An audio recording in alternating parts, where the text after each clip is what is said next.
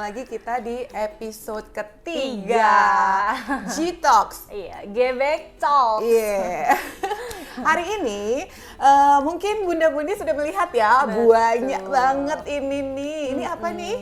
Ini perabotan mengasihi. Oh, perabotan. Iya. Perlengkapan perang ya. Bener. Jadi kalau ibu-ibu biasanya koleksi perabotan rumah tangga, tapi kalau Bu Sui itu biasanya koleksi perabotan menyusui. Bener. Ya. Karena alat untuk kita berperang. Nah, ini kebetulan banget peralatan sebanyak ini itu tuh emang perlu nggak sih? Terus apa yang cocok buat masing-masing Bu Sui? Bu Sui kan berbagai macam rupa ya. Betul. Pasti ya. Nah, tapi untuk episode kali ini kita tuh bakal bahas khusus tentang working mom. Jadi ada Kak Dita di sini. Iya. Bu Sui ya as a working mom. Betul. Ya. Nah, itu pasti dilema dinamikanya beda lagi tuh ya. Kalau working mom sibuk banget pasti ya. Tetap harus mengasihi. Jadi seperti yang kemarin tuh working mom bekerja dan menyusui itu bukan pilihan, tapi dua-duanya tuh bisa dijalani. Betul. Nah, langsung aja nih Kak Dita nih. Boleh, Ci. Pengen nanya, Iya. sebenarnya kendalanya apa aja sih? Kita langsung aja nih kendalanya. Oke. Sebagai working mom dan Bu Sui. Oke, kalau di aku kendalanya kadang kita tuh kalau udah kerja, Ci, suka lupa waktu. Jadi kayak bablas ya. Suka kelupaan waktu pumping sama waktu kerja. Jadinya tapi ternyata, Ci, setelah aku cari-cari tahu ada solusinya. Breast pump hands free itu adalah solusi. Bener. Jadi sebelum mulai ini tadi kita udah nanya, saya udah nanya nih, Dita sebenarnya ada kendala nggak sih buat working mom yang bekerja? Si Dita tuh mikir 5 menit nggak kejawab-jawab, ternyata tuh udah langsung ya. Iya, betul. Karena tidak ada kendala karena Tidak ada ada. hands free. Bener, tadinya memang kayaknya mikir, Ci, karena kan hands free tuh cocok-cocokan ya, Ci ya. Tapi ternyata aku udah cobain, ada jawabannya, ya udah solusinya ada hilang. Apalagi kalau kita punya kantor itu mendukung ibu menyusui, Ci. Mungkin kalau teman-teman aku, dia ada kendalanya yaitu ruangan menyusuinya tidak ada. Terus dia punya atasan mungkin nggak ngerti tentang ternyata kan menyusui ada undang-undangnya ya, Ci ya. Perusahaan harus memberikan waktu dan tempat untuk menyusui kayak gitu. Tapi kalau di aku pas Ciala tanya makanya tadi, aduh aku kendalanya apa ya? Kayaknya nggak ada kendala ya. Iya, semuanya berjalan lancar karena ada breast on hands free juga. Nah, gitu. iya. Jadi berarti peralatan pumping itu merupakan kunci buat working mom yang menyusui ya. Iya, betul. Nah, jadi kalau misalnya mungkin di tempat kerja nggak punya apa tadi ruang menyusui atau support system atasan atau temen yang nggak ngerti tentang betapa pentingnya si ibu menyusui ini harus pumping, itu juga kendala. Nah, yang ketiga ya pasti itu peralatannya ya. Bener. Nah, kalau dulu sebelum ada hands free nih, banyak ibu bekerja yang menyusui tuh curhatnya tuh ke skip pumping. Ke skip pumping kan, karena kalau sebelum ada hands free itu butuh ruangan yang tertutup, butuh dipegang, belum lagi bunyinya kan ya. Takut ganggu dan itu benar-benar harus berhenti, stop dulu bekerjanya. Nah, tapi kalau sejak ada hands free itu semua tuh solusi terjawab ya, ya ampun luar biasa. Nah, kalau begitu Kak Dita nih berapa manajemen aslinya tuh sebagai ibu bekerja tuh seperti apa? Berapa kali pumping nih? Kalau di aku, karena anak aku udah di atas 1 tahun, jadi durasi pumpingnya kan udah berubah lagi ya, Ci ya. Jadi kalau di aku biasanya 3 kali pumping kalau di kantor. Di kantor 3 kali? Jadi pas datang sekitar jam 8, jam 9, terus abis makan Abis siang. makan lontong sayur tuh ya? Jadi setelah makan biasa langsung pumping. Terus udah gitu makan siang ya kan, setelah makan siang sama sebelum pulang. Jadi 3 kali di kantor. Iya. Lalu pas saat pulang? Saat pulang biasanya udah DBF. Oh, udah full day DBF ya? Biasanya pumping lagi malam, Ci. Pas udah tidur, kalau udah pules tuh udah nggak mau DBF, jadi aku pumping lagi. Biasanya mungkin kalau aku satu hari tuh 4-5 kali sih, Ci. Karena kan udah mix DBF ya, Ci.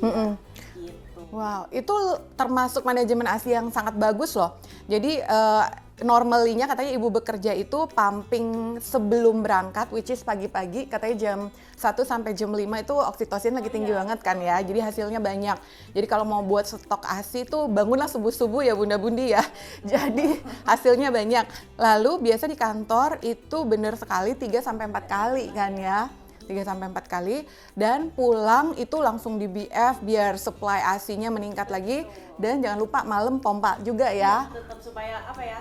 Supaya produksinya masih tetap stabil Ya, ya. makanya kemarin pas Dita ngasih lihat hasil pumpingnya tuh, wow, ini untuk anak 1 tahun ini hasil pumpingnya masih bagus banget. Ternyata emang manajemen ASINya sangat baik. Oke, nah kalau ibu-ibu baru nyumam atau mungkin yang 7 bulan kehamilan tuh udah biasanya udah diminta mempersiapkan peralatan ya. Kalau dilihat segini banyak, bingung kan ya? Bingung ya. Nah, hari ini kebetulan kita mau ngobrolin macam-macam pompa dan yang mana sih yang cocok buat masing-masing ibu menyusui kan ya. Karena dari aktivitas, dari bentuk payudara aja, dari apalagi tuh, apalagi supply demand-nya aja tuh berbeda-beda ya. Oke, jadi kita mau bahas macam-macam pompa nih ya. Karena mungkin ibu-ibu masih pada bingung tuh, yang mana yang cocok buat aku, yang mana yang nggak cocok. Karena kan beda-beda ya tadi ya. Aktivitasnya ya, Aktivitas, bentuk payudara, terus ya itu supply. Sensitivitasnya juga Betul. Nah, kalau dari macam-macam pompa, ini tuh sebenarnya sebelum ada hands-free, itu tuh ada yang namanya electric pump. Ini di luar dari manual pump ya. Manual pump contohnya mungkin salah satunya ini nih. Ini bisa membantu marmet kan ya. Bisa membantu marmet. Nah, kalau electric pump itu tuh ada 2 jenis. Electric pump itu sudah menggunakan mesin yang sudah di-charge, jadi nggak perlu dicolok-colok lagi. Jadi tetap bisa mobile juga sebenarnya, tapi tetap harus dipegang. Nah, ini ada yang double. Jadi seketika pumping itu bisa langsung di kedua payudara ya. Jadi kalau yang waktunya lebih banyak ya, Ci, kayaknya lebih nyaman pakai ini nih. Di rumah mungkin ya, di rumah. Benar. Karena pumping adalah me time ya. Iya nggak sih? Bisa langsung 2 payudara sekaligus gitu. Nah, kalau double seperti ini biasanya tuh disebut hospital grade. Jadi karena bisa memamping dengan kekuatan dan kecepatan yang lebih cepat gitu. Oke, lalu selain itu untuk ini tapi kelemahannya ini masih ada selangnya. selangnya. Karena kan dia satu mesin untuk 2 PD ya, Ci. Betul. Lalu yang kedua ini sebelum ada hands-free ini cukup Membantu favorit. banget. Iya. Nah, Bener ya, banget. Aku juga suka sama ini lagi. suka banget ya. Nah, karena ini single dan tidak perlu dicolok-colok lagi. Terus bisa dikombinasikan dengan bra yang mensupport electric pump ya. Jadi bisa kayak dicantolin, diselipin di sini. Nah, seperti itu. Nah, tapi hari ini kita mau bahas tentang working mom ya. Jadi working mom itu tuh kita sangat encourage ibu-ibu working mom di sini untuk menggunakan hands free karena itu mempermudah hidup ya. Betul. Jadi tetap bisa kerjanya tetap jalan, pumpingnya tetap jalan tuh kan. Benar banget. Nah, jadi ini contoh ya.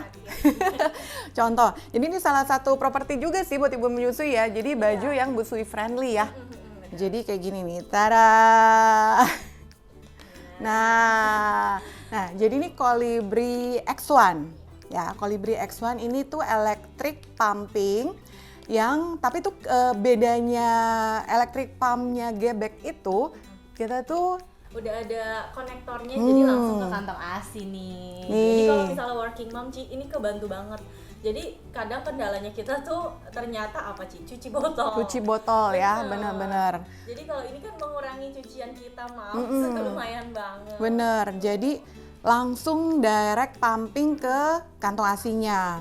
Nih, kalau tadi Kak Dita concern-nya about cuci botol berkali-kali, bayangin 3 kali ya pumping, berarti 3 kali cuci botol di kantor. Belum lagi sterilnya, itu setengah jam ya. Iya. Nah, kalau concern lainnya itu sebenarnya lebih steril ini ya. Betul. Karena nggak perlu pindah-pindah botol. Pindah-pindah botol, jadi waktu saat pakai botol pun pot botol kan terbuka ya. Jadi terkontaminasi udara, apalagi banyak yang sampai pumping di toilet. Oh iya, Nah, bayangin. Jadi ini sebuah solusi banget ya. Terus Ci tahu nggak? Jadi itu anti tumpah-tumpah klub. Jadi langsung Iya, kayak kan? gini. Karena sedih banget kalau habis pumping itu tumpah tuh.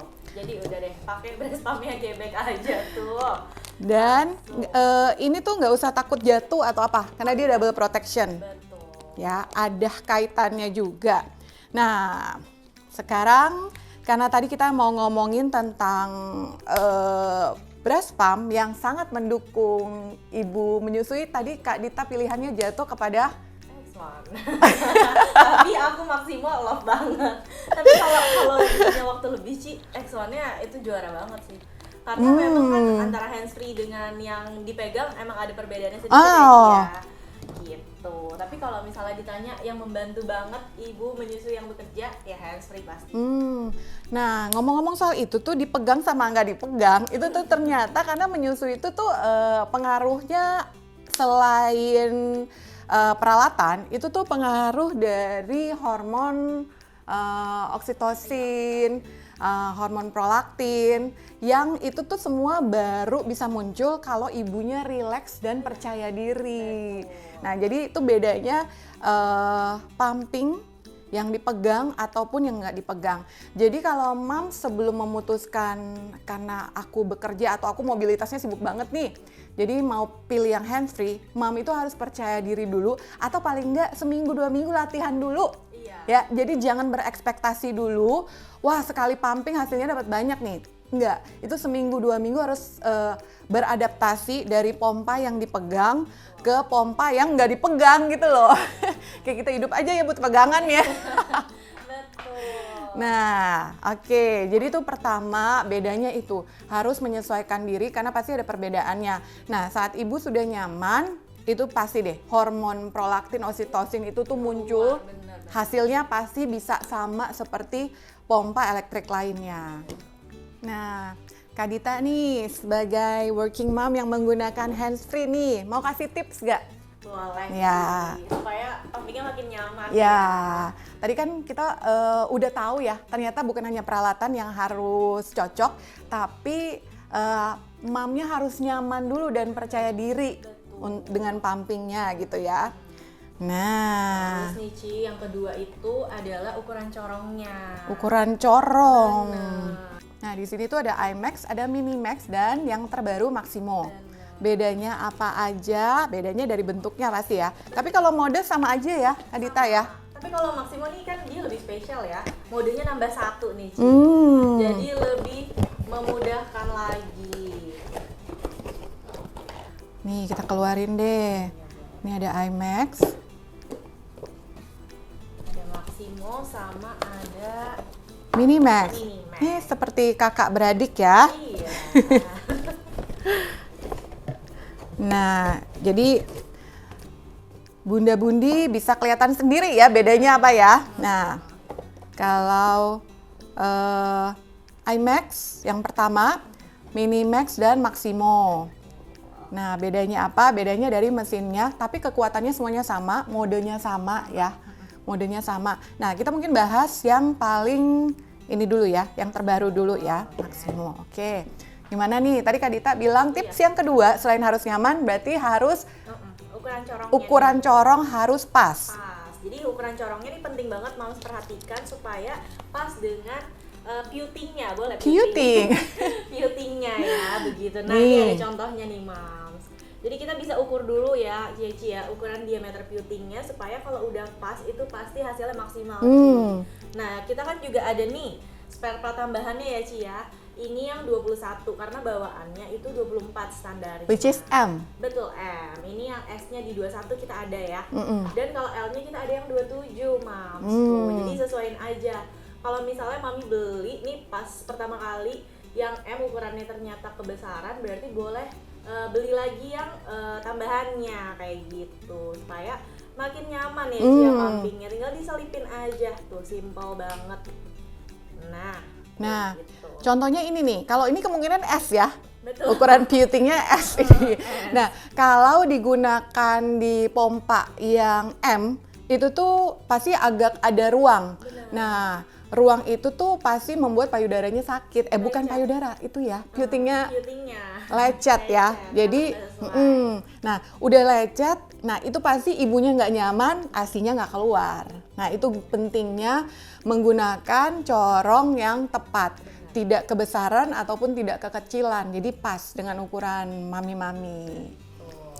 Nah terus masih suka ada nih Ci kendalanya, biasanya maminya ngomong kok hisapannya kurang ya gitu Ci. Betul banget. Kalau udah hisapannya kurang itu masalahnya biasanya di valve-nya ya Ci, betul ya? Betul. Nah nih kita coba buka dulu nih valve-nya. Jadi valve itu kan harus diganti maksimal banget 3 bulan sekali, betul ya Ci? Supaya hisapannya tetap stabil Ma. Karena valve itu setiap penggunaan itu di steril juga. Betul. Nah ini dia, ini valve standarnya ya Ci ya. Ada yang kayak gini. Nah kalau maminya perhatiin biasanya ada ruang di sini celahnya, itu tandanya udah nggak bagus aja untuk dipakai, makanya hisapannya berkurang. Betul Nah, sekali. kalau aku biasanya pakai valve yang ini nih Sheila, yang high performance ya. Jadi hisapannya juga lebih beda nih Moms. Nah ini kita juga ada ya, high performance. Jadi kalau nama valve-nya ini high performance valve ya. Betul. Gitu. Tinggal dipasang aja udah pasti hisapannya beda. Beda. Karena ini inovasi terbaru lagi nih Cela keluarin. Jadi kita banyak banget inovasi terbarunya tuh. Jadi pumpingnya jauh lebih nyaman dan pastinya hasilnya maksimal. Nah, gitu. Nah terus lagi Ci, ada lagi kendalanya yaitu bra-nya. Jadi kadang tuh suka ada yang bilang kok kayaknya kurang kerasa kehisapannya ya gitu. Nah aku biasanya suka tanya, Mams pakai bra-nya yang kayak gimana gitu. Soalnya biasanya kalau pakai bra yang tidak support itu pastinya pelekatannya kurang ya Ci ya. Jadi hasilnya juga ngondoy ya, ngondoy. Bahasanya ngondoy gitu. Oke, jadi kalau tadi berarti pemasangan semua spare part-nya ini tuh harus benar juga ya. Selain valve adalah kunci, jangan sampai nggak rapet itu juga pasti mempengaruhi performa ini ya, pompanya ya. Kayak misalnya valve-nya kurang rapet dan segala macam. Nah lalu kalau tadi valve itu ada banyak macam, itu pasti tergantung kebutuhan si ibu-ibunya ya, karena kan tadi bentuk payudara itu berbeda-beda. Ada yang cocok sama valve biasa, ada yang mesti pakai high performance. Nah, tapi kita tuh punya yang ini nih Kak Dita nih, Tara. Oke, jadi kalau misalnya mamsnya mau pakai inovasi terbaru, ini tuh ada yang namanya ProCup, ya. Nih, ProCup pertama dari cupnya aja dia udah bisa duduk ya, nggak lagi mesti tidur.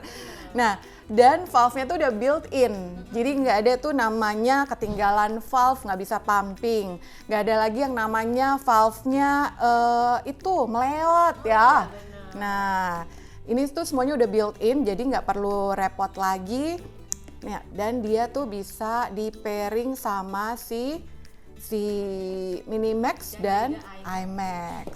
Nah, jadi valve memang adalah kunci, tapi sekarang cup adalah kunci. Iya benar. Karena dia lebih slim juga ya sih bentuknya ya. Jadi dia kurang lebih sama kayak Maximo tapi versi lebih barunya lagi. Jadi Mams dicoba-coba dulu, dieksplor yang mana cocok untuk masing-masing ibu menyusui. Masih ada tips lagi kah Kak Dita? Yang terakhir itu bra-nya sih. Harus support. Bra ya. Selain valve, berarti bra adalah kunci. Kalau mau pakai hands free. Gimana nih maksudnya Kak Dita?